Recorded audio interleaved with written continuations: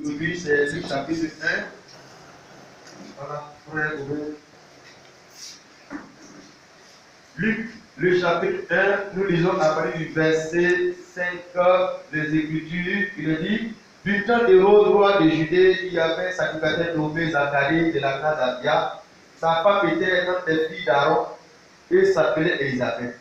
Tous deux étaient justes devant Dieu, observant d'une manière irréprochable tous les commandements et toutes les ordonnances du Seigneur.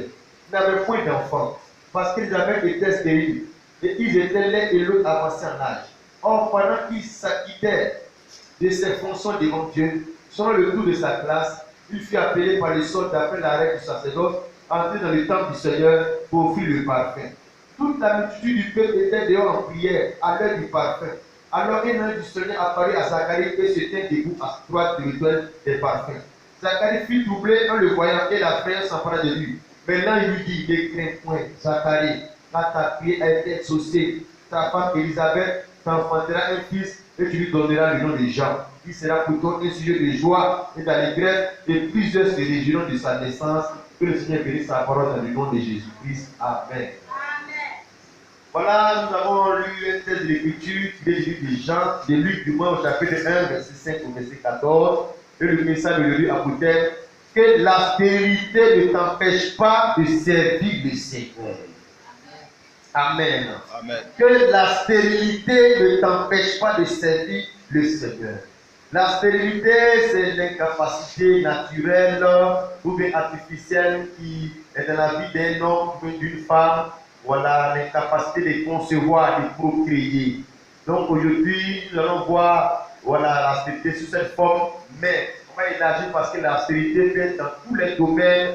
L'incapacité de produire des fruits, de procréer, d'obtenir quelque chose, c'est une forme de stérilité. Donc il y a la stérilité aussi des entrailles, il y a la stérilité financière, la stérilité scolaire, intellectuelle, où tu es stérile pendant que tu vas à l'école, tu travailles, tu fais des efforts, mais après tu ne vois pas le fruit de tes efforts. Tu ne vois pas d'avancement, tu ne vois pas les diplômes. Tu peux avoir aussi les diplômes. Maintenant, les diplômes, tu vois qu'avec les diplômes, tu ne vois pas le fruit de ces diplômes-là avec un emploi. Tout ça, c'est la stérilité.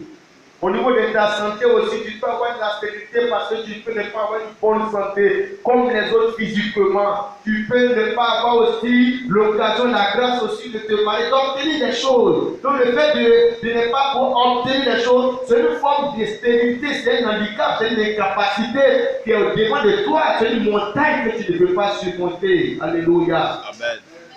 Mais ce matin, je vais t'encourager par-dessus tout, frère, à ne pas vraiment arrêter de servir le Seigneur. Parce que la Bible dit que les derniers temps dans lesquels nous vivons, c'est les temps les plus difficiles de l'histoire de l'humanité. C'est les temps où c'est difficile d'avoir de l'argent. Même quand tu as de l'argent, c'est facile de dépenser, c'est difficile d'économiser, c'est difficile de réaliser. Pourquoi? Parce que la vie devient chère et dure. 10 000 francs hier, on peut faire beaucoup de choses avec. Moi, je dis 10 000 francs, quand tu as 1000 francs, ce n'est plus rien.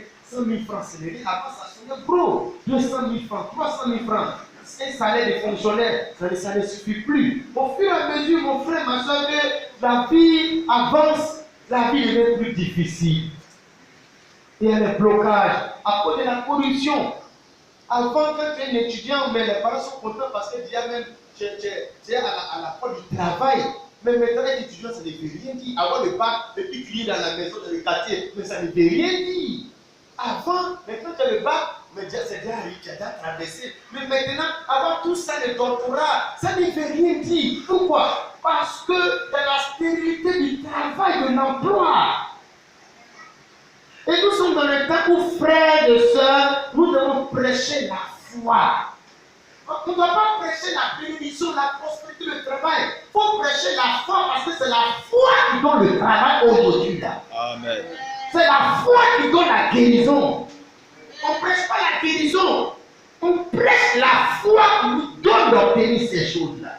C'est aussi tu prêches la bénédiction, voyage, mariage, les gens risquent de prendre les voies de la marmaille, la corruption pour avoir ça. Il faut prêcher la foi parce que c'est par la foi que les pères dans la foi ils ont obtenu les promesses. Si la foi est dans ton cœur, c'est que mon frère, tu vas avoir les choses. Mais si tu n'as pas la foi, tu vas avoir les choses comme les païens font.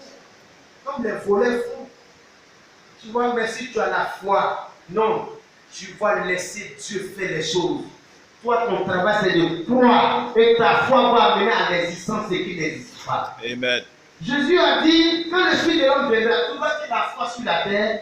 C'est-à-dire, comme la vie sera dure, les gens vont abandonner la foi. Ils vont réussir sans la foi. Ils vont travailler sans la foi. Ils vont même manifester leur chose sans la foi. Parce que les gens ont tendance à prendre des raccourcis. Frère, ce matin, que l'austérité ne t'empêche pas de servir le Seigneur. Le pasteur de l'Évangile nous dit que c'était au temps du roi Hérode, qui était le roi d'Israël.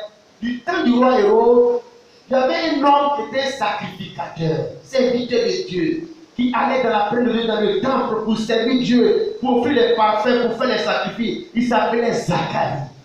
Il était marié à une femme du nom d'Élisabeth.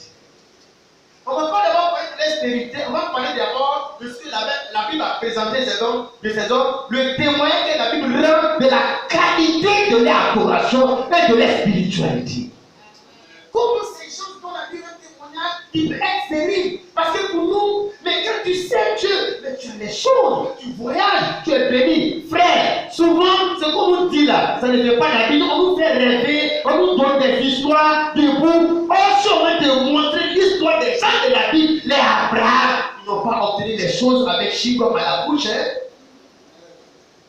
Abraham n'a pas eu un enfant comme mon frère, ma soeur. C'est une affaire de claquer le doigt. Les Zacharie, les Daniel, les Shadrach, Abednego, les Josué, les Caleb, ils ont eu avec la sueur de la foi. Parce que les choses de Dieu, on ne les gagne pas facilement. Pourquoi? Parce que les choses de valeur, on ne gagne pas ça facilement.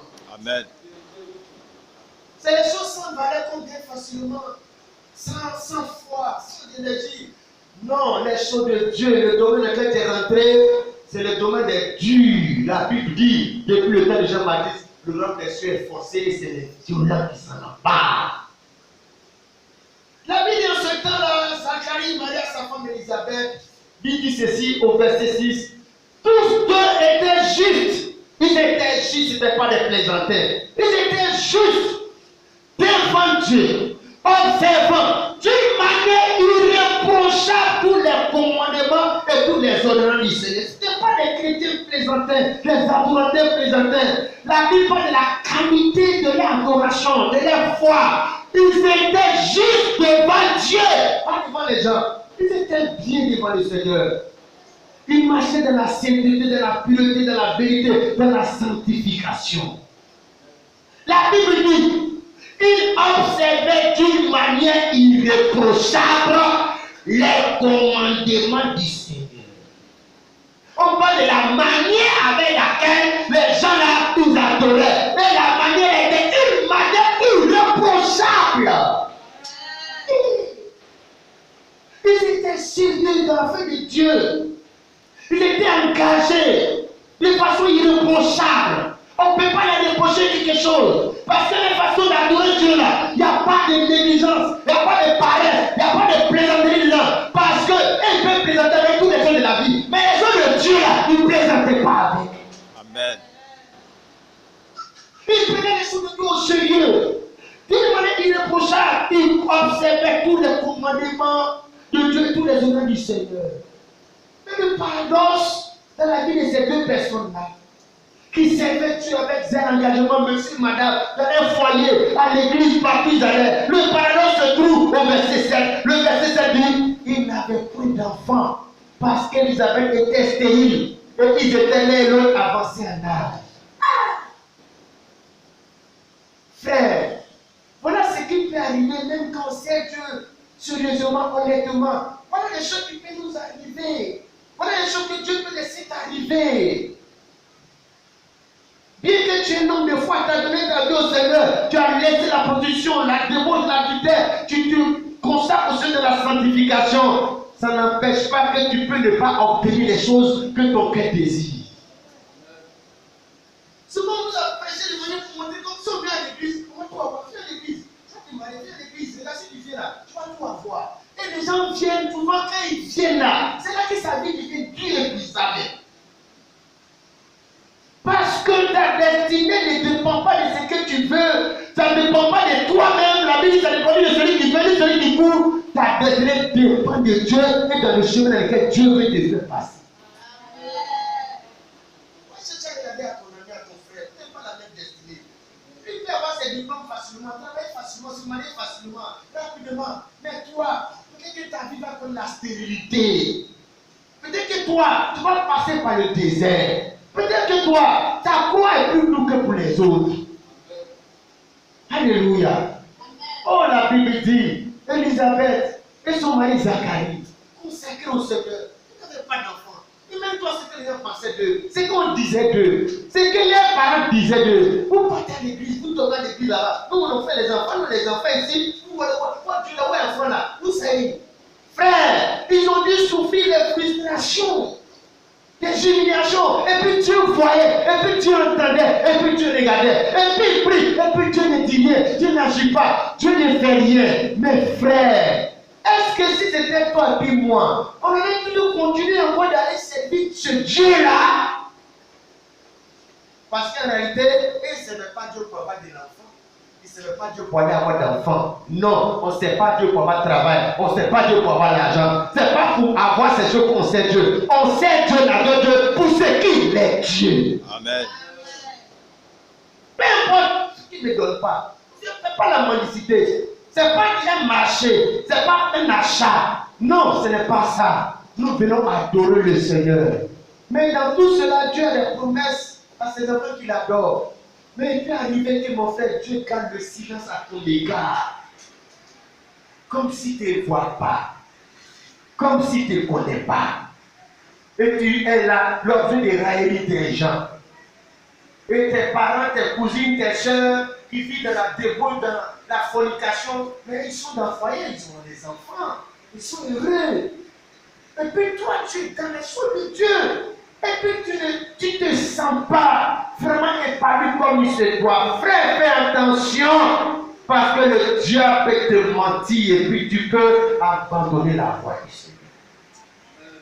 Dans ce temps difficile, du temps de la fin, ceux à quoi nous devons inviter les uns les autres, mon frère, c'est de t'attacher, de persévérer dans la voie du Seigneur. Parce que Dieu n'oublie pas ses enfants.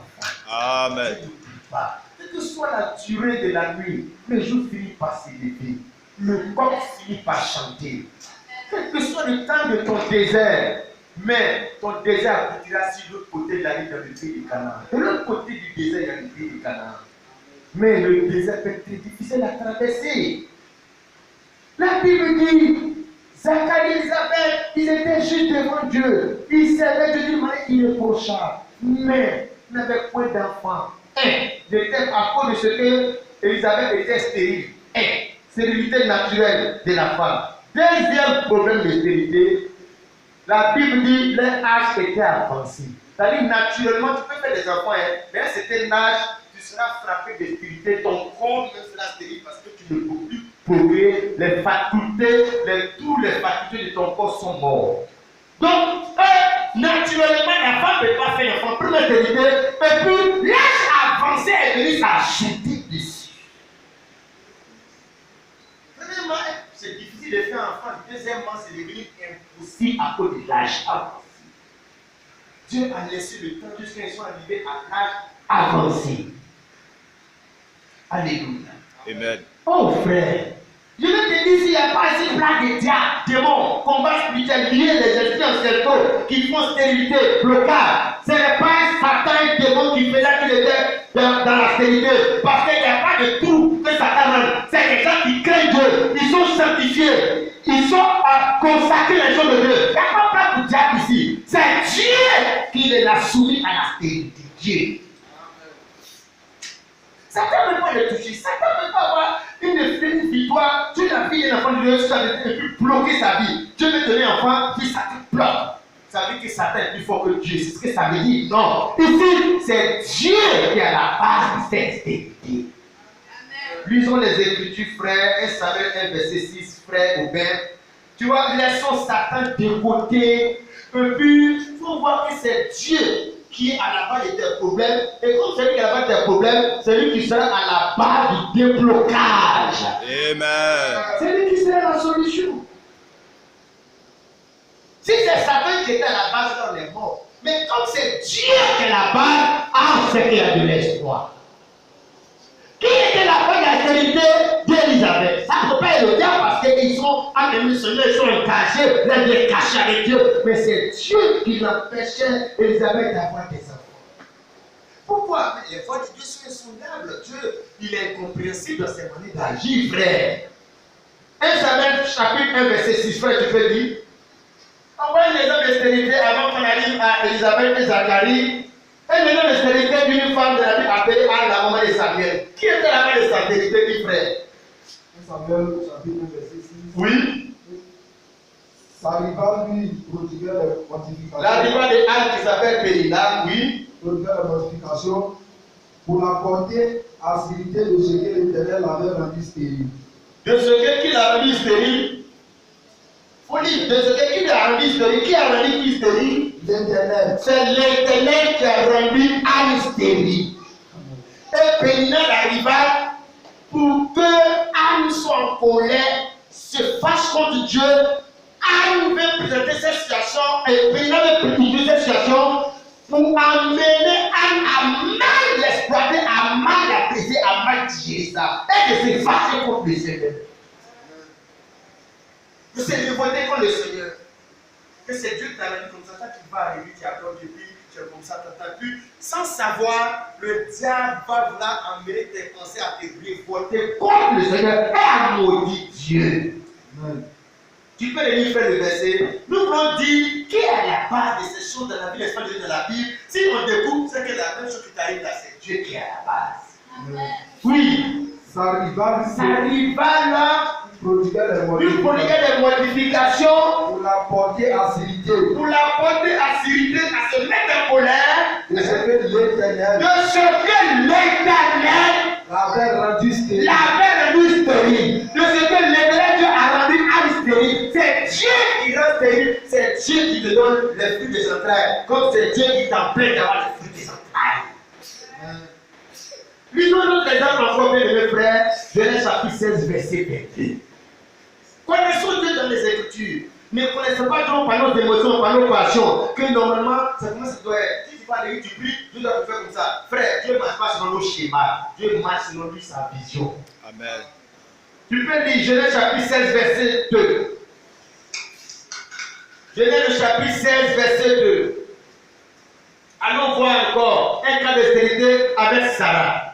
Genèse chapitre 7, verset 2. Et Sarah dit à Abraham, Et Sarah dit à Abraham. voici, l'Éternel m'a rendu stérile. Ça, c'est Sarah qui parle, qui confesse, qui déclare et qui reconnaît. Et Sarah dit à Abraham, voici, l'Éternel m'a rendu stérile. Viens, je te prie, vers ma servante, peut-être aurait-je par elle des enfants après plus tard la voix de Sarah. Sarah, la femme de foi, ils n'ont pas vu Satan, diable, combat spirituel, lié démon. Elle, il voyait Dieu au départ et à la fin de leur vie. Il mettait Dieu devant tout. C'est une manière pour lui rendre gloire que Dieu est fort, que Dieu est tout puissant. Le fait de reconnaître que c'est Dieu qui est la base de tout ça montre que tu reconnais la divinité et la toute puissance de Dieu. Mais dis que c'est Satan qui fait les blocages et que Dieu débloque, c'est que tu es en train de montrer que Dieu n'est pas tout puissant. Sarah dit à Abraham, va vers ma semence parce que l'Éternel m'a rendu stérile. Ah, l'Éternel l'a rendu stérile. Alors Élisabeth, qui se consacrait à Dieu avec son mari Zacharie, si j'étais je n'avais pas capacité d'avoir d'enfant et puis j'étais avancé en âge, c'est l'Éternel qui a rendu ce couple-là d'adorateurs comme ça.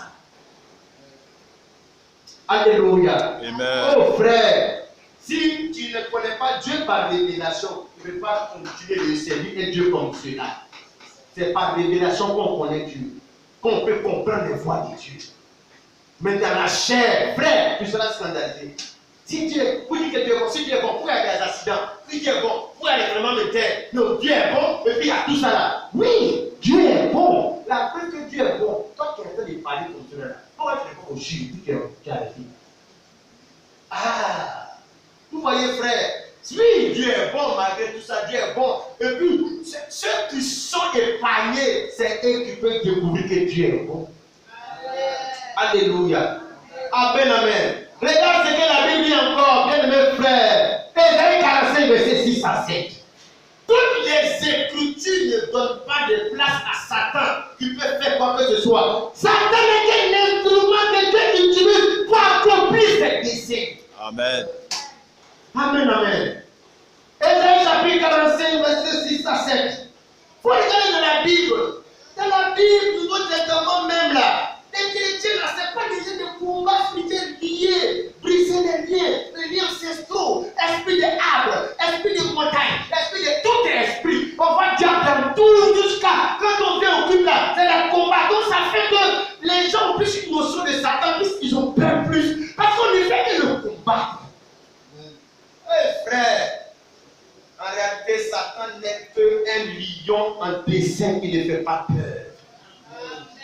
Un lion dessiné. Comme un lion que tu as dessiné, tu fais de ton enfant. Tu fais et puis la peur. Mais c'est un dessin. Si tu connais Dieu, les voies de Dieu, non. Tu vas voir que souvent, nous donnons trop de gloire à Satan. Lui, Ésaïe 45, verset 6 à 7. On va lire ce passage encore, tu vas voir. Donc on prend différents hommes de Dieu, différents prophètes, différents exemples, et les résumés de ces prophètes. Regarde Ésaïe 45, verset 6 à 7. Frère, tu peux lire. Ésaïe 45, verset 6 à 7. C'est afin que l'on sache du soleil levant. Afin que l'on sache, donc il y a quelque chose que Dieu veut que tu saches, que moi je sache, qu'on doit savoir, mais les gens sont ignorants. C'est afin que l'on sache du soleil levant, Au soleil couchant. dans toutes les extrémités de la terre, tous les quatre coins du monde, aux États-Unis, en Afrique, partout, Dieu veut qu'on sache quelque chose de lui. Oui, Du soleil levant. Oui. Au soleil couchant. oui, Que en moi, que en moi, il n'y a point de Dieu. il n'y a point de Dieu. Je suis l'Éternel. C'est ça. Et il n'y en a point d'autre. Donc Dieu veut qu'on reconnaisse et on déclare sa divinité, le seul Dieu qui est le maître des cieux et de la terre. En dehors de lui, il n'y a pas de Dieu. Le verset ne s'arrête pas là, cette pensée ne s'arrête pas là. C'est qu'il montre que Dieu veut qu'on sache qu'il est Dieu. C'est à quoi encore? Le verset 7. Je forme la lumière. Je forme la lumière Et je crée les et ténèbres. je crée les ténèbres. Je donne la Je prospérité. donne la prospérité Et je crée et l'adversité. je crée l'adversité. Moi l'Éternel. Moi, l'Éternel, Je fais toutes ces je choses. fais tout ça là. C'est-à-dire, si tu veux croire que Dieu est un, le maître de la terre, qu'il n'y a pas de Dieu, si tu dis Dieu crée la lumière, et puis le diable crée les ténèbres, c'est que tu ne crois pas qu'il est le seul Dieu qui maîtrise tout. Amen. Comment Dieu va créer les ténèbres, la lumière, et puis Satan lui crée les ténèbres. Que Dieu lui crée la prospérité, la bénédiction, Satan lui crée l'adversité légère. Dieu lui crée la guérison, Satan crée la maladie. Dieu dit, c'est moi qui crée toutes ces choses-là parce que c'est ça qui montre sa divinité suprême. Nous, on croit qu'il y a un seul Dieu, on croit la divinité. Pour la divinité, c'est pas croire à l'unicité un Dieu. Croire à l'unicité, moi que tu dois croire que c'est Dieu qui est le maître des ténèbres et de la lumière. Amen. De la mort, de la vie, accident, maladie, que c'est Dieu. Il y a un seul acteur du film. Il y a le compositeur, le scénariste, celui qui est l'acteur, celui qui est à la fin. Tous les éléments sont sous son contrôle. Il n'y a pas quelque chose qui lui ça. C'est ça, lui croire en Dieu. Amen. Mais les gens sont des égaux à l'église. Que Dieu est la lumière. Il est la lumière du monde. Lui crée la lumière. Si Dieu crée la lumière, puis Satan crée les ténèbres. Dieu même, il ne connaît pas ça. C'est une fausse croyance à l'égard de Dieu. La Bible dit, verset 7, il dit, je forme la lumière et je forme la lumière et la lumière et je crée les ténèbres. Mais dans la Bible, comment on présente les ténèbres? Mais les ténèbres, c'est les œuvres du diable. Les œuvres des ténèbres. Quand on dit ténèbres, tu vois dans la Bible, c'est tout ce qui est la négativité. Tu vois, le mysticisme, l'occultisme, la sorcellerie, tout ce qui est la divination, tout ce qui est le mal. Dieu dit, c'est lui qui crée la lumière et puis crée les ténèbres. Amen. Donnons la gloire au Seigneur en toutes choses. C'est à lui révéler la divinité. Nous ne croyons pas à Satan. Nous ne donnons pas de place à Satan dans notre façon de faire, de parler de Dieu. Non, pour nous, on met Dieu dans tout. Parce que lui-même il dit, dans la bouche d'Ésaïe, verset 5, je suis l'Éternel, il n'y a point d'autre. Oh, moi, il n'y a point de Dieu. Je t'essaie, afin que tu me connaisses. Verset 6, c'est afin que l'on sache. Donc ça veut dire, Dieu est en train de dire qu'il y a beaucoup d'autres qui ne savent pas ça. Ils ne sont pas au courant de ça. Même des chrétiens, des pasteurs. Et ils croient que Dieu fait la lumière et puis Satan fait les ténèbres. Il dit c'est afin que l'on sache. Dieu veut que toi, on puisse te dire pour t'informer que tu sois au courant que c'est Dieu qui fait tout ça là. C'est afin que l'on sache du soleil levant au soleil couchant que en moi, il n'y a point de Dieu. Je suis l'Éternel, il n'y a point d'autre. Je forme la lumière et je crée les ténèbres. Je donne la prospérité. Mais qu'est-ce que la prospérité? Mais c'est tout ce qui est bon. Santé, l'argent, mariage, bénédiction, enfantement. Je donne la prospérité et l'ajoute et je crée l'adversité. C'est-à-dire le contraire de la prospérité là. C'est pas Satan, mon ennemi, qui donne ça. C'est moi, Dieu, je donne la prospérité et je donne le contraire, l'adversité. C'est Dieu qui fait les choses et le contraire. Amen. C'est pas Dieu fait, Satan fait le contraire. Non, ça n'existe pas. Ça n'existe pas de Dieu. Je forme la lumière et je crée les ténèbres. Je donne la prospérité et je crée l'adversité. Moi, l'Éternel, je fais toutes ces choses au pluriel. Moi, l'Éternel, je ne fais pas seulement un. Je fais toutes ces choses au pluriel. C'est ce qui montre ma divinité. Oh frère, si tu peux reconnaître Dieu comme cela, tu vas reconnaître qu'en réalité, Dieu va débloquer les choses dans lesquelles tu es. Parce que c'est lui qui a créé ça. Pourquoi? Jésus a dit, cette maladie de Lazare, elle n'est pas pour la mort, elle est pour la gloire de Dieu. Dieu ne fait pas les choses dans la vie des gens pour le faire. Les ténèbres n'existent pas pour le peuple dans les ténèbres. Il crée les choses pour un but pour sa gloire. Amen. Alléluia. Amen. Frère, donc tu comprends maintenant ici que la raison de la sérénité, pour la sérénité de Zacharie, tout même d'Élisabeth, malgré l'adoration, la consécration, mais c'est Dieu, ce n'est pas Satan. Sarah a confessé à Abraham que l'Éternel m'a rendu stérile. La maman de Anne, la Bible reconnaît que c'est Dieu qui l'a rendu stérile. Exode chapitre 4, verset 11. Alors encore dans d'autres handicaps qui peut arriver à un homme. Frère, nous sommes des chrétiens de la Bible. Nous, on croit la Bible. On ne croit pas ce que le pasteur dit. Que les gens pensent que non, Dieu est bon, non. Dieu est bon. C'est les choses qui sont bonnes là. C'est ça que Dieu fait. On ne peut pas lui appliquer les choses mauvaises. C'est que tu es en train de diminuer la divinité de Dieu. Comment Dieu fait seulement ce qui est bon? Et puis Satan lui fait, il dit, moi je crée la lumière et je crée les ténèbres. Moi Dieu, je fais toutes ces choses. Satan m'a quitté où? C'est pas Dieu qui l'a créé. C'est Dieu qui l'a créé. Dieu l'a créé pour un but. Amen. Pour accomplir le plan du Seigneur. C'est juste. Exode chapitre 4, verset 11. Vous liez Satan là. Regardez bien. Vous allez souvent combattre Dieu. Vous de lier diable, couper les liens. Deux fois même, vous ne faites que lier le diable. Parce que Joseph n'a pas lié les esprits ancestraux de sa famille, la haine de ses frères. La haine de ses frères était dans le plan de Dieu pour l'amener dans sa destinée. Si Satan n'existe pas, comment tu vas rentrer dans ta gloire? Mais s'il n'y a pas d'adversité, s'il n'y a pas les ténèbres, est-ce que tu peux la parler de la lumière? S'il n'y a pas la parler de Satan, tu sais savoir ce que c'est que Dieu, tu peux la parler de Dieu? S'il n'y a pas la vallée de la nuit, est-ce que tu connais la vallée de la journée? Donc l'adversité existe pour te faire comprendre la valeur du lumière. Il faut que l'adversité existe, le diable, la stérilité, la maladie, le péché existe pour que tu vois l'amour de Dieu pour les péchés. Amen. Donc ces choses existent pour que Dieu puisse se révéler, mieux se comprendre. Exode chapitre 4, verset 11. Exode 4, verset 11. Oui. L'Éternel lui dit. L'Éternel dit à Moïse, Dieu accorde Moïse. Parler en tant que son prophète, moi il a dit, ah mais Dieu, toi seulement tu envoies, voilà mon frère, alors il sait parler, moi il ne sait pas parler, je ne vais pas lui répondre. Oui, l'Éternel dit à Moïse, qui a fait la bouche de l'homme, qui a fait la bouche de l'homme, et qui rend lumière, et qui fait quoi? Et qui rend lumière. Donc Dieu pose la question à Moïse, parce que la pensée humaine a des difficultés pour accepter que Dieu rend comme ça, que Dieu fait les gens comme ça. Donc Dieu demande à Moïse, qui a fait la bouche de l'homme?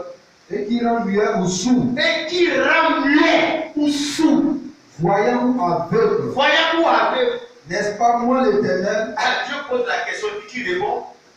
Dieu pose la question à Moïse et puis qui répond? C'est l'Éternel. Frère, toutes les questions qu'on l'homme peut se poser là, Dieu s'est déjà posé et Dieu a répondu. Amen. Si Dieu dit qui rend comme ça les gens? Qui rend les femmes comme ça? Qui rend les hommes comme ça? Il pose la question à Moïse. Il ne donne pas l'occasion à Moïse de répondre parce qu'il peut se tromper. Et puis Dieu même répond, n'est-ce pas moi l'Éternel? Amen.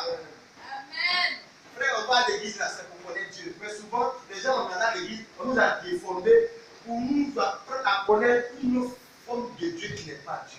Qui a dit que si on dit que Dieu, c'est lui qui crée le mal, ça fait qu'on est en train de blasphémer, on est en train de dire des choses mauvaises. On est en train de mettre Dieu dans sa vraie divinité. Donc les gens veulent se croire plus sage, ils veulent aider Dieu, ils veulent sauver l'image de Dieu. Pour dire que quand Dieu crée la lumière, les ténèbres là, c'est pas Dieu. La maladie, c'est le diable. Tu penses que tu es en train d'aider Dieu, tu es en train de faire du mal à Dieu, tu es en train de faire de lui un menteur, et puis tu es en train de montrer qu'à côté de lui, il y a un autre qui est Dieu, qui est fort, qui peut créer aussi. Satan ne peut pas créer quelque chose. Dieu seul est le créateur. Amen. Lui-même est une créature. Si tu dis ça, tu ne crois pas en Dieu. Tu ne crois pas ce que Dieu est. Moi, je crois en Dieu. Est-ce que tu crois que Dieu fait ces choses? Si tu refuses que tu fasses Satan, il dit, moi, je forme la lumière et je crée. Dieu est le créateur. L'homme n'est pas créateur. L'homme, il fabrique. Quand il fabrique, c'est-à-dire, c'est à partir des éléments qui existent que tu fais. Donc, tu n'es pas un créateur, tu es un fabricant. Mais Dieu n'est pas un fabricant, il est un créateur. Quand il est créateur, ça dit, il n'y a rien. À partir de rien, tu fais. C'est ça, on dit créateur. Il y a un seul créateur, c'est Dieu. Il n'y avait pas de soleil, il n'y avait rien sur la terre, il n'y avait pas d'atomes, il n'y avait pas de molécules. La terre était en forme de vie et Dieu a dit que la lumière soit. Il n'y a rien. C'est ça qu'on appelle créateur. Mais si je prends ma machine, je mets sur la terre, je cherche diamant, je prends les fer, je prends arbre, je mets couper bois, je fais menuisier, et puis je construis une maison. Je ne suis pas un créateur, je suis un fabricant. Ça veut dire que j'ai des choses que Dieu a créées pour pouvoir fabriquer. Dieu seul est créateur. Satan même est quitté où? Satan même est. Est-ce qu'il a pu se créer? Non, Satan ne peut pas créer. Il n'est pas créateur. Il est une créature de Dieu que Dieu manipule pour accomplir sa volonté. Est-ce que c'est Satan lui-même qui s'est pour toucher Job? Non. Dieu voulait manifester sa gloire, alors il avait besoin d'un instrument qu'on appelle Satan. Satan est comme des assiettes jetables que Dieu utilise, plus tard il va les jeter dans les temps de feu. Dieu utilise pour un temps. Assiettes jetables, quand tu fais café, avec les gens, les dialogues, les couscous là, fais café, donne un café sans francs, nous merci francs. Mais quand tu bois le verre, mais tu le jettes. Parce que ta fille de l'utiliser, c'est jetable. Il ne sert à rien parce que tu l'as fait pour un but. Satan, il existe pour un but. Dieu l'utilise pour accomplir sa volonté et puis il va le jeter en enfer là-bas. Alléluia. Frère, voyons d'abord la raison de la vérité de Zacharie et Anne, la femme de Zacharie, de Sarah, de Anne. Et puis ce que Moïse a dit, Dieu demande à Moïse. Mais qui a fait la bouche de l'homme? Qui rend les gens muets? Ça veut dire qu'ils empêchent de parler. Ils sont beaucoup. C'est qui? C'est les esprits ancestraux. C'est le diable. Il dit qui rend aveugle? Qui rend boiteux? Qui rend les gens handicapés? Qui rend les femmes stériles? Qui rend les gens comme ça? Et puis il répond, n'est-ce pas moi l'Éternel? Non, on croit en Dieu en vertu de ce qu'il dit de lui-même qu'il est, qu'il fait. Amen. Non, pas arranger. Laisse comme ça. Crois comme cela. Alléluia. Amen. Et maintenant, si Dieu t'a fait comme ça, frère, non, c'est pour quelque chose pour sa gloire. Il y a un homme qui t'a vu dans les Écritures, quand Jésus est venu, et puis les disciples ont demandé, ah, Seigneur, le monsieur là, il est né avec, qui a péché? C'est lui ou ses parents? Jésus a dit, ni lui, ni ses parents, mais c'est afin que les œuvres de Dieu soient manifestées en lui. Jésus l'a libéré après. Tout ce qui existe que tu vois comme mal, frère, Dieu l'a fait pour sa gloire. Si tu es le cas, c'est de l'espoir, c'est que Dieu l'a fait ça pour glorifier son nom dans ta vie. C'est un témoignage qui t'attend. Amen. Tu n'as pas désespéré. C'est de croire le Dieu qui a fait les gens comme cela. La fin de la vie a été réveillée et glorifiée. Voilà pourquoi il y a une vie qui existe. Que tu saches ce que tu traverses, difficultés, honte, humiliation, les gens ne t'aiment pas, ton mari t'a abandonné, quel que soit ce que ça peut être. Avant toi, des gens l'ont connu et ça a été une histoire pour être témoigné pour la gloire de Dieu. Toi, tu ne fais que revenir pour que le scénario de Dieu continue encore de se répéter. Il n'a qu'à faire la commission, il n'a qu'à tous les cas, les concours, la politique, il n'a qu'à tout mélanger. Frère, le Seigneur a dit pourquoi je mets devant toi une porte que personne ne peut fermer. Alléluia. Amen. Laisse Dieu te bénir. Tu n'es pas comme les autres. Leur destinée, peut-être c'est en enfer. Non, toi, ta destinée, c'est le ciel. Il ne faut pas chercher l'argent comme ils cherchent l'argent. Il ne faut pas te marier comme ils se marient. Non. Toi, tu es un enfant de Dieu. C'est Dieu qui t'a donné pour ta destinée. Toi, il faut croire en ton avenir. Il ne faut pas lutter pour ton avenir. Croire en ton avenir que Dieu a déjà accompli. Comment Zacharie et puis Élisabeth vont s'en sortir là? Frère, c'est ça qui est bizarre. Les voix de Dieu sont bizarres. Je vais te dire, frère, il ne faut pas céder au découragement. Le diable aime ça. Que tu désespères, tu te décourages. Et puis tu commences à relâcher. Tu commences à voir que Dieu ne fait pas. Va changer d'église. Va aller chez un prophète. Courir de prophète en prophète. Regarde, il ne faut pas courir de prophète en prophète. De camps de prière en camp de prière. Fais comme la femme de Père descend. Il faut chercher Jésus. Il faut t'approcher de Jésus. C'est lui qui n'a pas de problème que tu as. Amen. Amen, amen. Amen. Il va aller, c'est la tante sorcière qui veut te tuer. Il va aller la division, t'amener à haïr les gens. Regarde, c'est Dieu qui t'a fait cette chose-là. Il faut te trouver le Seigneur, il va te délivrer. C'est tout. Si ta tante, elle est sorcière, elle te manger, elle est seulement une victime de la sorcellerie qui l'a rendue comme ça. Parce qu'elle ne peut pas te c'est un esprit qui l'a rendue comme cela. Tu vois, si seulement tu peux voir comme Dieu s'est présenté dans la Bible, ah non. Toi aussi, tu as ton enfant, tu as ton travail, ça va rendre gloire au Seigneur parce que Dieu ne fait pas l'austérité pour rien. Il ne fait pas les choses dans la Bible pour les faire. Tu vois, on va avancer, bien aimés frères. Allons dans le livre de Jean chapitre 41, verset 2. Avant de toucher vraiment le contenu qui ne sera pas trop long, je vais te montrer un peu les contours. Est-ce que, mon frère, Dieu nous doit quelque chose?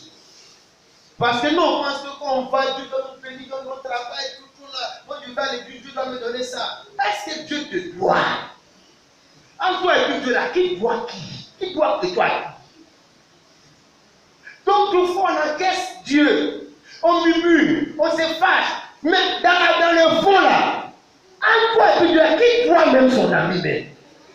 Qui doit payer son crédit avec qui même? Qui doit demander pardon à qui même? Qui doit se fâcher contre qui même? Frère, lis, Jean 41, verset 2. Je vais te décourager ce matin pour que tu saches que, frère, c'est toi qui dois. Amen. À Dieu tout. Tu dois l'argent, l'adoration, le temps, tout ce que tu es sur la terre, tu lui dois. Mais tu ne payes pas. Mais tu ne peux pas payer. Ce qu'il te faut, c'est de l'adorer parce que tu ne peux pas payer. Tu dois l'adorer et le laisser te payer comme il veut. Parce que lui ne te doit pas. Frère, lisons. Jean 41, verset 2. Jean 41, verset 2. De qui suis-je le débiteur? De qui suis le débiteur? Le débiteur, c'est celui qui a une dette avec quelqu'un. Celui qui doit quelqu'un. Moralement, ou bien financièrement, ou bien qui doit quelque chose à quelqu'un. C'est ça qu'on appelle débiteur. Et Dieu parlant à Job, on lui dit, de qui suis-je le débiteur? C'est à qui je dois quelque chose. Et Dieu dit, je le paierai. Je le paierai. Sous le ciel, tout m'appartient. Ah. C'est à qui je dois quelque chose. Il est en train de dire à qui je dois quelque chose. Si je dois quelque chose à quelqu'un, je vais le payer. Je vais lui repousser. Je vais lui donner ce que je lui dois. Et il ajoute pour clore le débat, pour fermer la bouche à quelqu'un, peut-être qu'il a envie de répondre. Il dit, sous le ciel, tout m'appartient. Toi-même, tu m'appartiens. Le temps, l'argent, le sou que tu as, les enfants que tu as dans tes entrailles, mari, mariage, bénédiction, tout m'appartient. Ça veut dire, qui doit qui? Qui a pris chaud de qui? Mais la respiration, le vent que tu respires là, ça appartient à Dieu. Facture de ça, tu ne payes pas. L'eau que sont dessus, viens nous encaisser là. Dieu dit, ça m'appartient, mon Dieu. La terre que les gens vont faire le pala partout, Dieu dit, ça m'appartient. Les animaux, les arbres, tout m'appartient. À qui moi Dieu te doit? Je ne dois personne. Si je dois quelque chose à quelqu'un, dites-le, je vais le payer. Donc Dieu ne te doit rien. Et c'est ce Dieu lui-même encore qui se voit dans l'obligation morale de venir mourir pour toi, pour te sauver encore.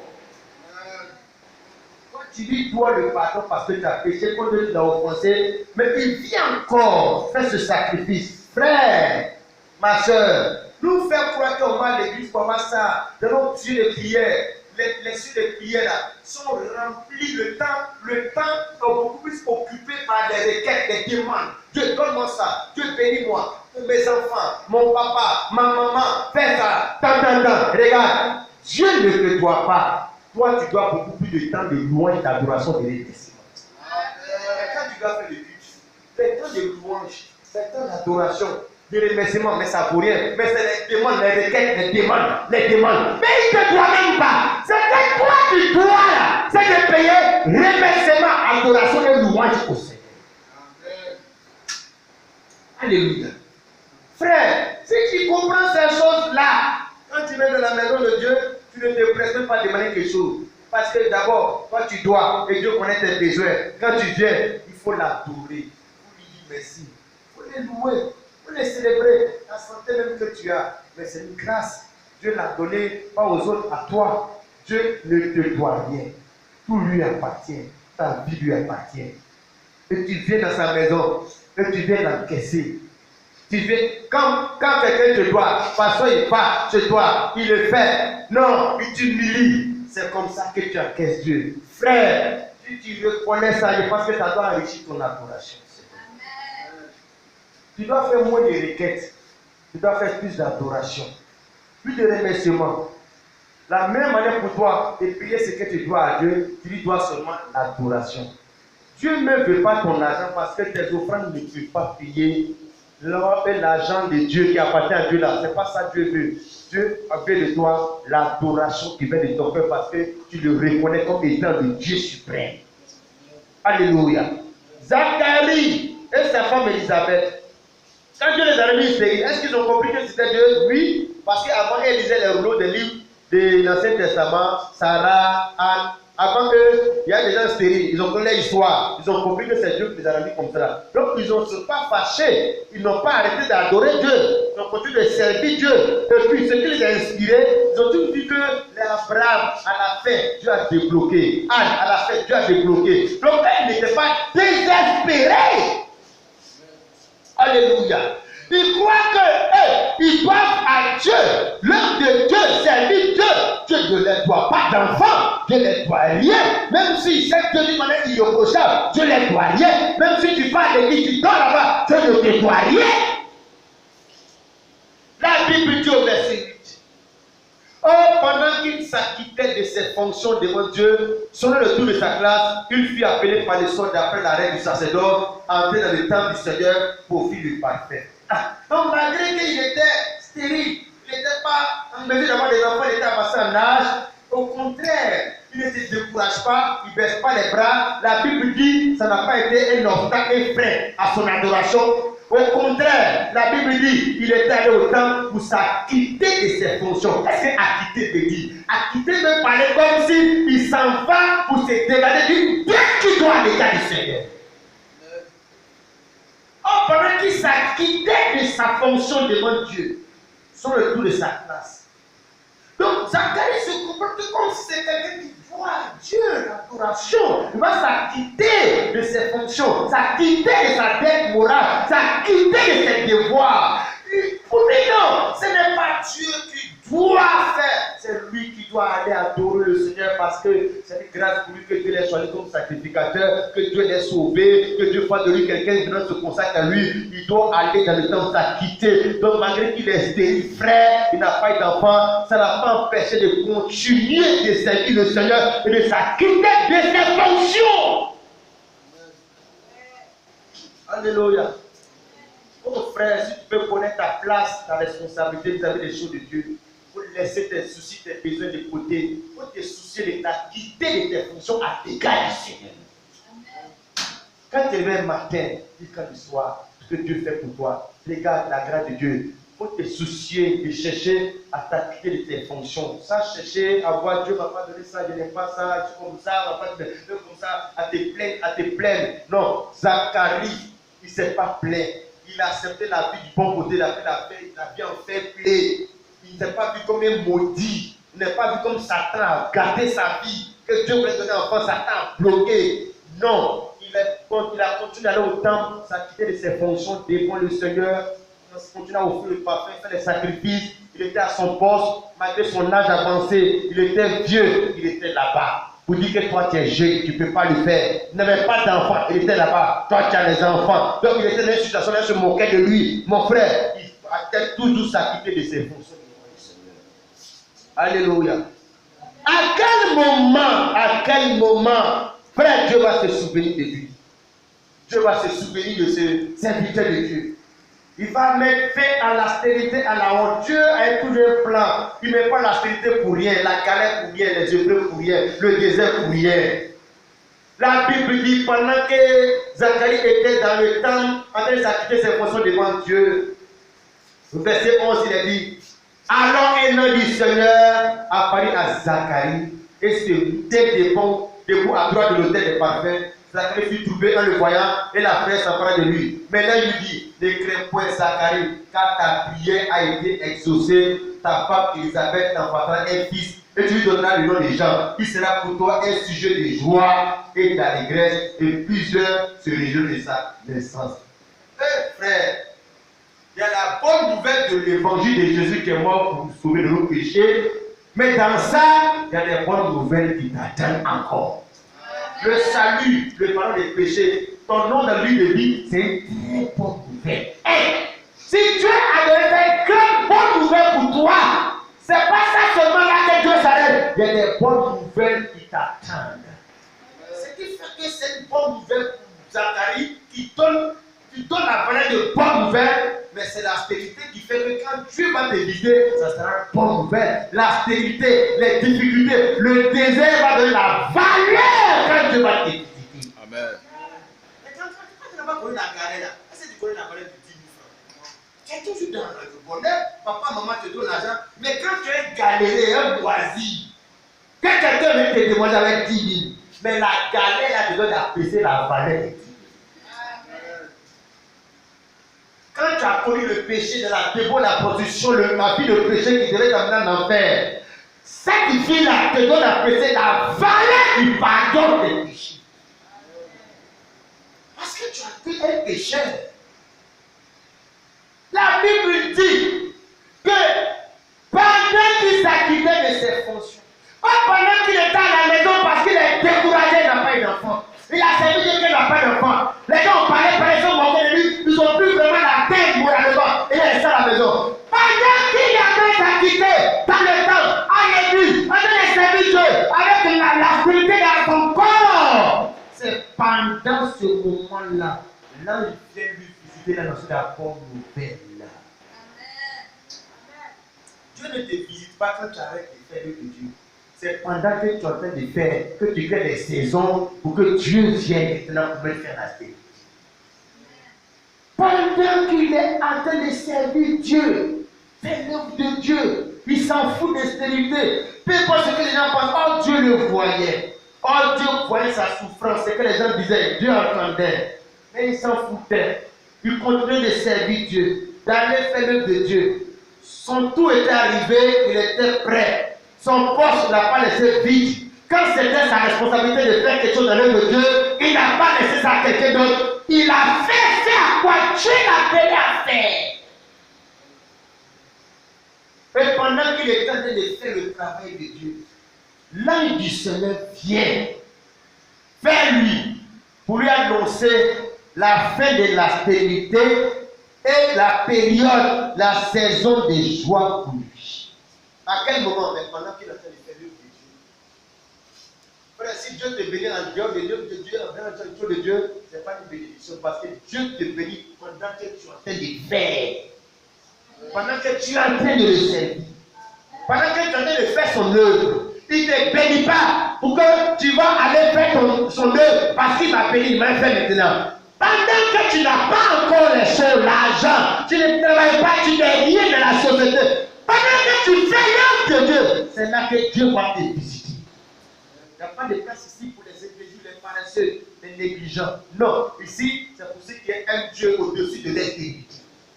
C'est un Dieu au-dessus de ceux qui n'ont pas eu. La Bible dit l'ange est venu, lui dit ceci, que, verset 13, maintenant lui ne craint point, Zacharie, car ta prière a été exaucée. Donc Zacharie a prié jusqu'à Dieu n'a pas exaucé, lui il était devenu vieux, fatigué. Peut-être qu'il a oublié le sujet de prière parce que quand ton âge a avancé, tu peux plus faire d'abord. Est-ce que quand tu pries là, tu pries pour le sujet là même? Une fois que tu pries pour le sujet, tu te dis, ah, ça c'est fini pour nous autres. Oh, c'est quelle prière Dieu a exaucé là? Dieu a exaucé la prière pendant qu'il était jeune pour faire enfin une prière là. C'est ça que Dieu a fait sortir comme dossier maintenant pour valider. Dieu n'oublie pas nos offrandes qu'on a fait à longtemps. Il n'oublie pas nos prières qu'on a fait à longtemps où il n'y a pas d'exaucement. Nous on peut oublier. Dieu n'oublie pas. Le problème qui fait qu'on n'a pas les choses, c'est parce que le temps et la saison de Dieu n'est pas quoi arriver. Ce n'est pas parce que la main de Dieu est courte. Nous on veut que ce soit comme Baby, l'onassi, tu grattes l'argent directement. Tu as l'argent, ça vite, chap. Dieu ne fait pas ça. Ça c'est des marabouts, des brouteurs. Les amours, là, c'est il faut chaque. Tu quand tu es l'enfant, sa tête, tu envoies marabout, il fait rapidement, tu gagnes l'argent, tu as les voitures. Tu ne fais pas ça. La foi, ce n'est pas pressé. La foi, c'est la persévérance. La foi n'est pas pressée par le temps. La foi laisse Dieu agir comme Dieu veut. La Bible, Dieu fait toutes choses bonnes dans son temps.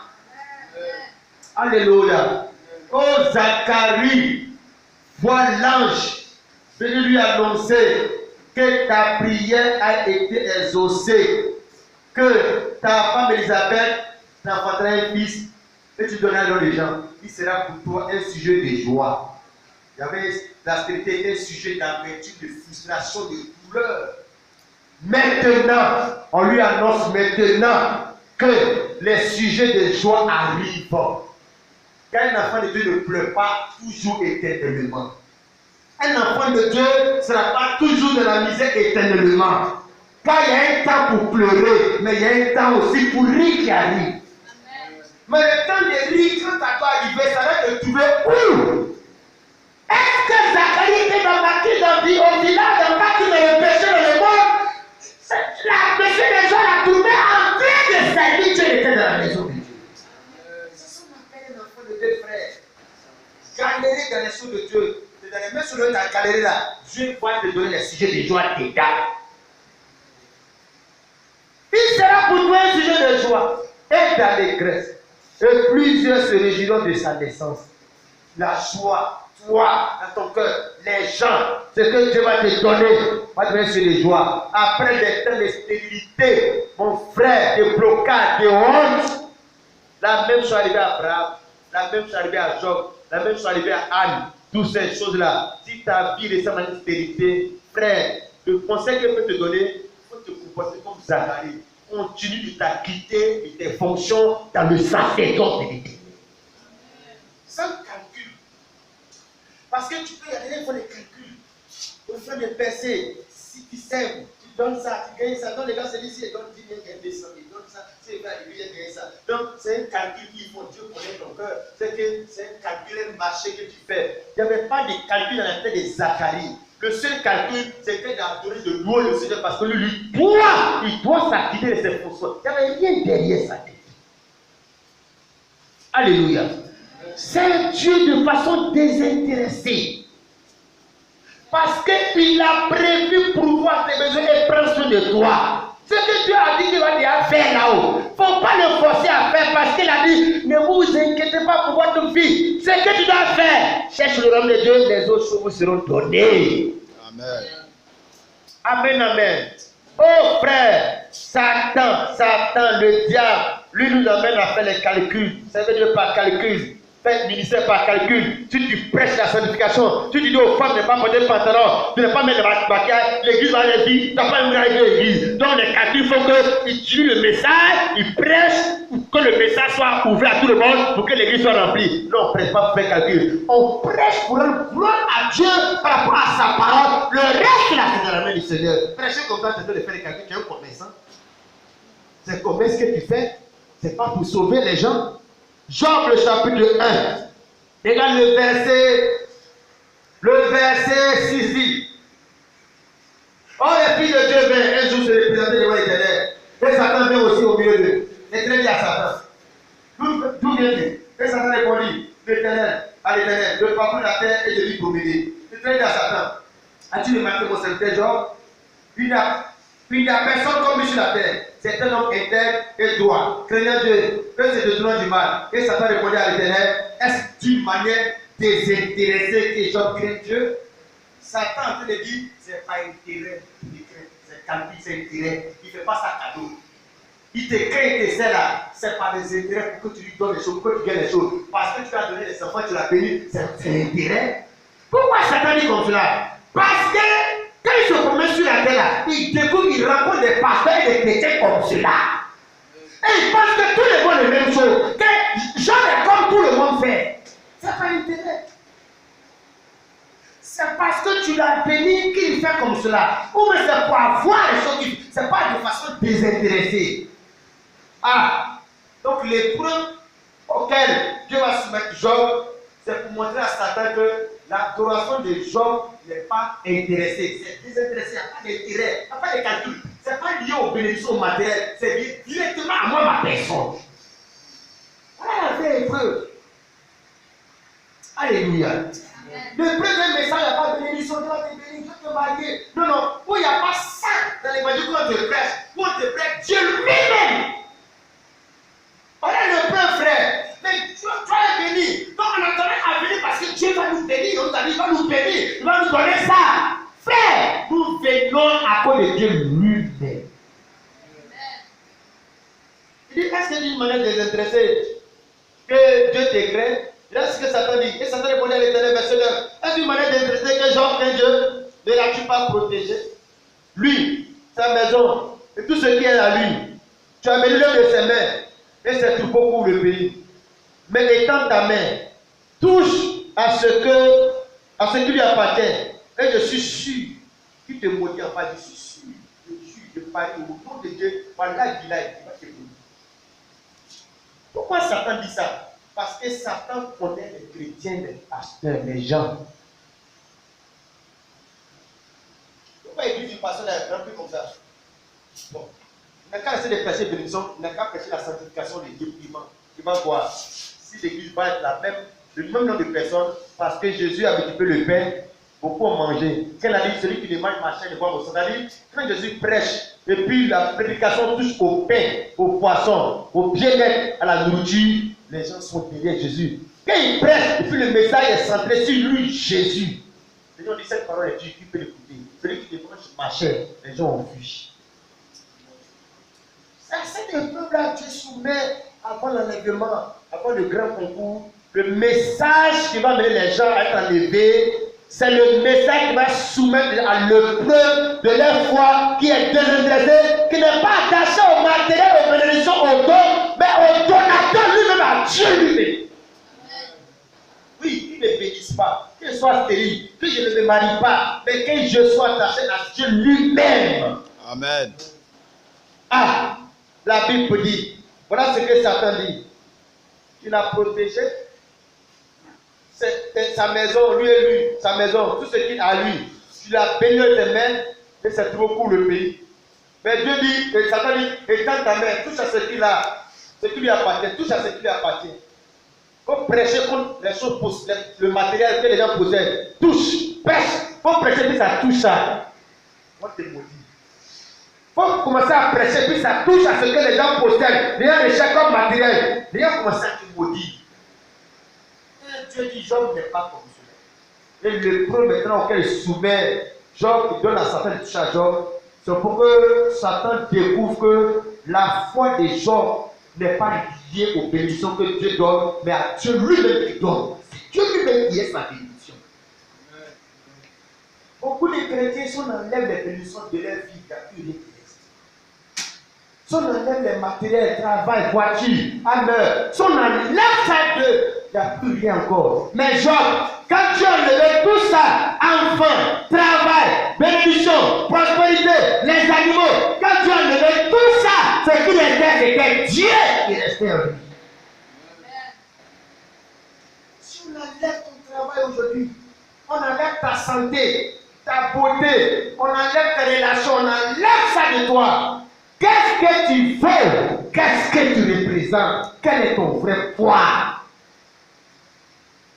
Quand tu vas dans la pharmacie te faire, tu montes à ta chaussure, non, tu enlèves ta chaussure, tu enlèves ton sac, tu enlèves. Pourquoi on met ton vrai poids. Si on enlève ces choses-là, quand tu montes sur la balance, tu vois que tu ne pèses rien. Regarde mon frère, ma soeur. Satan, le langage de Satan est le langage de Dieu. Verset 8. L'Éternel dit à Satan, as-tu remarqué mon serviteur Job? Il n'y a personne comme lui sur la terre. C'est un homme intègre. Donc on souligne le mot intègre. Et droit. Et craignant Dieu. C'est de droit du mal. Quand Dieu parle de Job, il ne parle pas de son argent. Il ne parle pas de ses biens. Oh, Job était riche. C'est des choses qui étaient remarquables dans le pays. Quand tu vois, les gens voient Job, ils voient ses enfants, ses animaux, ses activités, ses affaires. Dieu dit à Satan, est-ce que tu as envie de promener sur la terre? Tu n'as pas remarqué mon secret Job?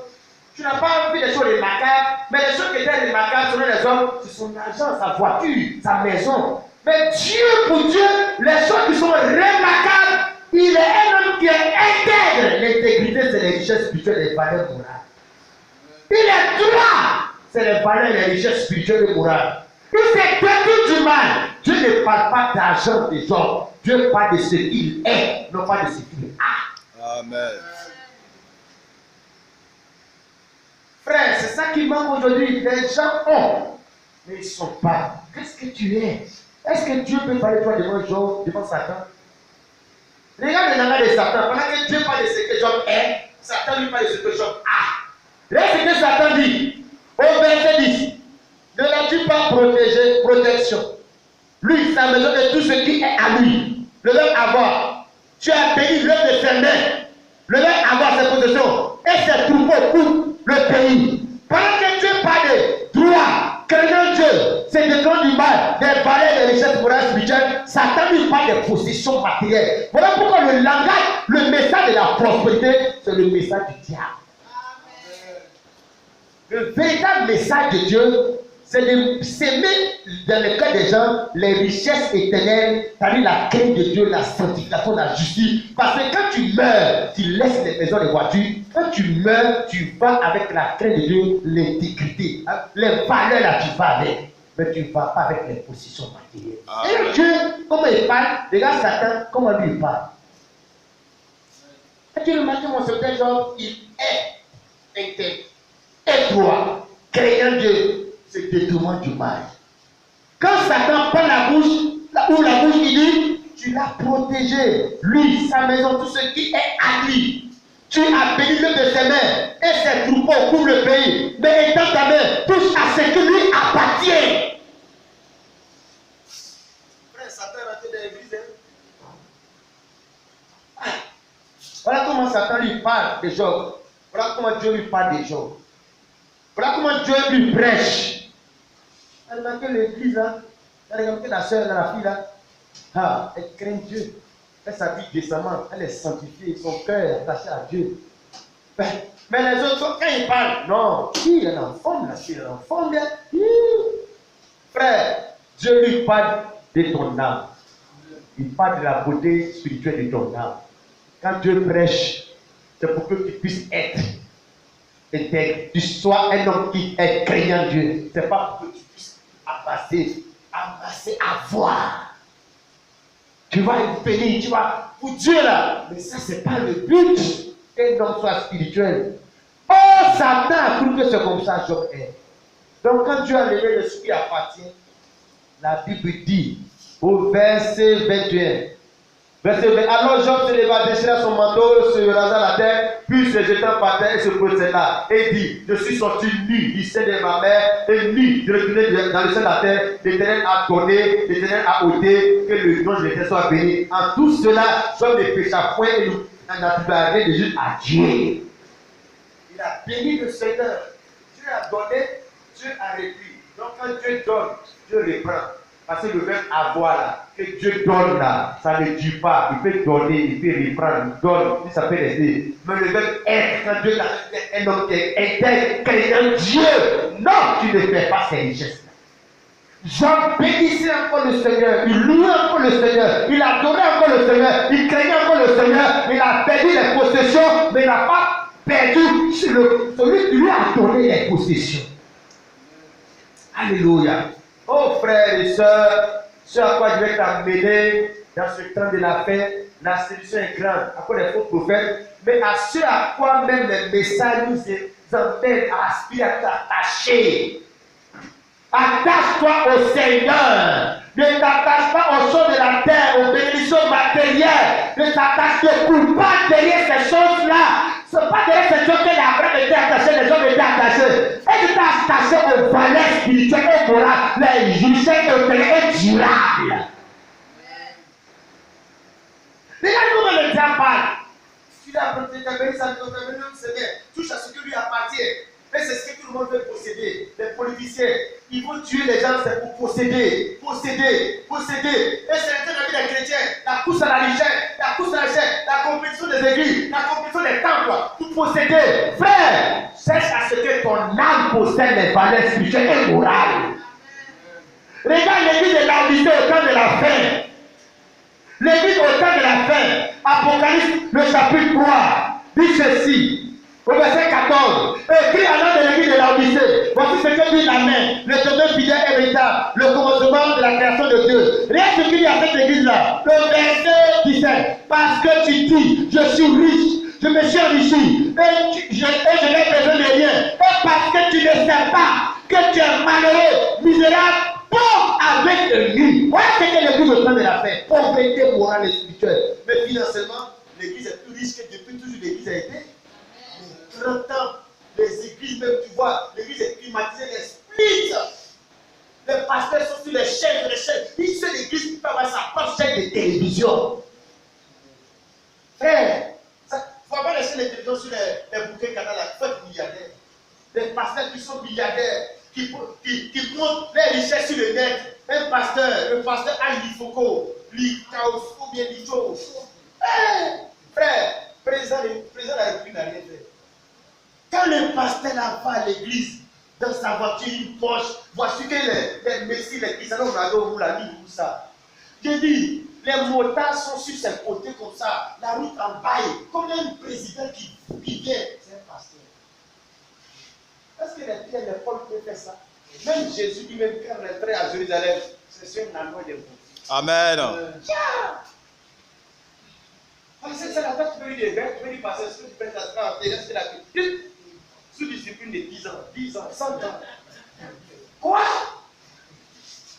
Les motards, le pasteur vient, chauffeur, des belles voitures de milliardaires. Il vient, il gare, tapis rouge. Ça rentre dans le temple.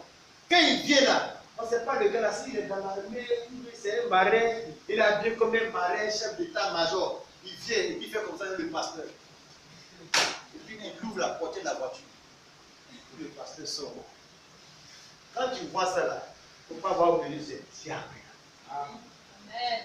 Jésus-Christ dit, le maître, il est venu pour le serviteur, laver les pieds de sa peau. Le pasteur fait ça. Dieu ne fait pas ça. Dieu est le serviteur. Un pasteur, c'est un serviteur. Amen. Le pasteur est comme un Dieu à tout. Il rentre dans tous les honneurs. Il y a un autre qui est sur cheval. Sur le pasteur fait les sirènes. Quand le pasteur va à l'église, toute la vie c'est que le pasteur. C'est l'homme de Dieu. La gloire. Nous, les ministres des petits gouvernements là, sont les grands titres, tout ça là, sont les grands décors. Et puis nous, les ministres de Dieu. Mais qui t'a dit, ministre de Dieu doit faire comme les ministres du monde. Les ministres de Dieu veulent dire serviteurs du peuple. C'est ça qu'on appelle l'église. Le pasteur n'attrape pas sa Bible, il y a quelqu'un qui attrape sa Bible. Un mouton, ça c'est pas un chrétien. Bien il va ouvrir pour prêcher là, il y a quelqu'un qui attrape. Sa chaise est là, tu vois la chaise du pasteur, sa femme à côté. C'est comme le président a réussi avec sa femme, il peut mettre dans.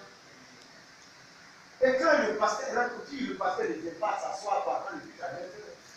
Pour louer Dieu, Dieu transmet, à un moment donné, il donne comme la part. Même Jésus même n'a pas fait ça. Frère, quand tu regardes ça, si tu prends attention, tu regardes la position, tu penses que c'est ça qu'on appelle Dieu. Ce qu'on appelle Dieu, c'est la richesse des valeurs morales et spirituelles dans le cœur. Amen. C'est pas ce que le monde cherche, que les païens cherchent. C'est ce que le monde cherche aujourd'hui. Tel pasteur le plus riche, tel pasteur le plus riche, plus la 5 milliardaires, tel pasteur milliardaire, vous êtes pasteur milliardaire, dans notre église, il y a des gens qui n'ont pas à manger à midi. Tu n'es pas honte. Si tu es un pasteur milliardaire, normalement, tous tes fidèles doivent habiter dans les villas.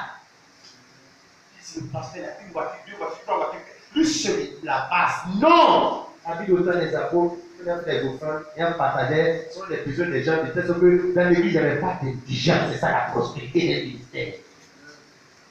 La Bible dit, Dieu dit, Job, tu n'as pas remarqué mon serviteur Job, il est remarquable. Pas par son argent, pas par ce qu'il possède. Il est remarquable par les choses spirituelles, l'intégrité, la droiture, la crainte de Dieu et se détruire du mal. Où est ça aujourd'hui? Où est ça comme carte d'identité, la référence des gens? Zéro. Alléluia. Zacharie stérile. Mais la Bible dit craint Dieu. Ce n'est pas un problème pour lui. Il sera servi Dieu dans le temps. L'ange de l'Éternel vient le visiter et lui dit, maintenant, voilà le ciel de joie, ta femme va enfanter. Pourquoi, frère? Parce que Dieu voulait le bénir, Dieu voulait l'éprouver, et Zacharie n'a pas déçu le Seigneur. Job n'a pas déçu le Seigneur. Abraham n'a pas déçu le Seigneur. Anne n'a pas déçu le Seigneur. Tous ceux qui servent Dieu vont passer par l'épreuve de leur foi. Pour que Dieu voit si ta foi c'est un caillou, c'est un bois, ou bien c'est un or. Car le vrai or, là, on l'enlève de la terre, mais on ne va pas le vendre directement. On le fait passer par le feu. Car le feu fait sortir la vraie beauté de l'or. Lisons pour terminer, frère, comme exhortation, Colossiens 3, versets 1 à 2. Il ne faut pas courir derrière ces choses-là, frère, il y a un pied là-dedans. Dieu sait que tu en as besoin. Lève-toi, va travailler parce que Dieu a dit, dois mettre sur ton front. Mais regarde, il y a quelque chose qui est plus grand que ces choses que tu dois chercher. Si tu cherches travail, tu cherches l'argent, ça veut dire que tu as gagné l'argent, ça veut dire que tu dois chercher plus que l'argent. Colossiens 3, verset 1 à 2, frère. Colossiens chapitre 3, verset 1. Oui. Si donc vous êtes ressuscités, Si vous êtes ressuscité dans une condition, si tu es ressuscité, mais si tu n'es pas ressuscité, là, tu n'es pas dedans. Si donc vous êtes ressuscité avec Christ, avec Jésus-Christ, cherchez les choses d'en haut. cherchez les choses d'en haut. Quels sont ceux qui cherchent les choses d'en haut? C'est les gens ressuscités dans les des nouveaux. L'inspiration, c'est en haut. Pendant que les autres sont pas ressuscités, sont les nouveaux, mais qui vont à l'église, mais c'est en bas. C'est en bas. Quand les gens sont ressuscités, les ministères ressuscités, les pasteurs ressuscités, quand ils prêtent pour que l'esprit des gens puisse aspirer à aller en haut, regarder les choses d'en haut. Mais les pasteurs, jamais, ils avaient toutes les choses, les gens des choses d'en bas, la richesse, la gloire d'en bas. Est-ce que même les pasteurs qui ont les milliards, est-ce qu'ils ont envie que Jésus les fasse bénir? S'il vient dans son milliard, à quelle valeur? Sa voiture à quelle valeur?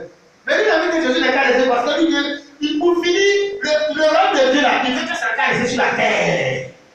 Non, la Bible dit, si vous êtes ressuscité, votre aspiration, votre recherche, c'est de chercher les choses d'en haut. On y va. Où Christ est assis, Où Jésus-Christ est assis. à la droite de Dieu. C'est ça. Affectionnez-vous aux choses d'en haut, Affectionnez-vous aux choses d'en haut. et non à celles qui sont sur la terre. Ça veut dire écouter les messages de prédication qui vous amènent à rechercher les choses d'en haut, les richesses spirituelles, et non pas les choses de la terre. Quand tu as un message qui t'amène sur les choses de la terre, tu dois éteindre. On va chercher des trucs où on t'amène dans la clé de Dieu, cette personne, Jésus revient, Jésus est à la porte, ces choses d'en haut. Car fait la vie, Jésus viendra dans les airs, ça me compte. Ça plus qu'on doit aspirer. Amen, amen. Attitude à adopter quand la prophétie tarde. Parce que derrière il y a une prophétie d'enfantement. Derrière une mort comme Lazare, il y a une prophétie de résurrection. Derrière ta situation là, il y a une prophétie. Derrière le désert, il y a le pays de Canaan. Quand la prophétie tarde, il ne vient pas, puis l'âge avancé. Quelle attitude il faut adopter? La Bible conseille. Habakkuk chapitre 2, verset 3. Je dis pour toi, frère, sois patient, il ne faut pas te presser, tu vas tout gâter. Il ne faut pas te débrouiller, tu vas tout ménager. Habakkuk, le chapitre 2, verset 3 dit ceci. Car c'est une prophétie dont le temps est déjà fixé. Elle marche vers son terme et elle ne mentira pas. Si elle tarde, attendra, quand elle s'accomplira certainement. C'est sûr. C'est une affaire de temps. Il y a une stérilité, il y a une prophétie, une promesse d'enfantement. Une adversité, une chose que Dieu a fait, il y a une prophétie qui est. La Bible dit que la prophétie tarde. Ce n'est pas le fait de se décourager qui est la bonne attitude. Attends là, la patience. Comment tu attends? Quand quelqu'un vient attendre l'avion, comment il attend? Est-ce qu'il attend ça chez lui? Il attend l'avion où? Dans la salle Mais pas d'attente. l'aéroport. C'est là-bas on attend l'avion. Quand quelqu'un veut voyager, il prend un car. Mais où il attend la voiture, le car? D'accord. Là, il attend à la gare. Quand la prophétie table là, on attend la prophétie là. Où? On attend la prophétie là à la gare de servir Dieu comme Zacharie a fait. Il est parti à la gare dans le temps où ça fait ses fonctions. C'est là-bas comme ça qu'on attend la prophétie. Quand la prophétie tarde, attends là. Mais comment tu attends? Je l'attends en servant le Seigneur parce que c'est la gare pour attendre. Car elle marche à son thème. C'est-à-dire elle va au thème à la gare. Le lieu où ça doit arriver là, c'est là-bas j'attends afin de faire l'œuvre du Seigneur. Comment tu attends la venue du Seigneur? Mais je ne m'assois pas pour attendre. Jésus doit venir me voir en train de le servir. Toute prophétie, l'enlèvement, la venue du Seigneur, prophétie pour mon élévation, mon travail, mon mariage, je ne l'attends pas dans la paresse, dans la négligence, je ne l'attends pas dans ma vie dans le monde, je l'attends comme Zacharie. En servant le Seigneur, j'attends.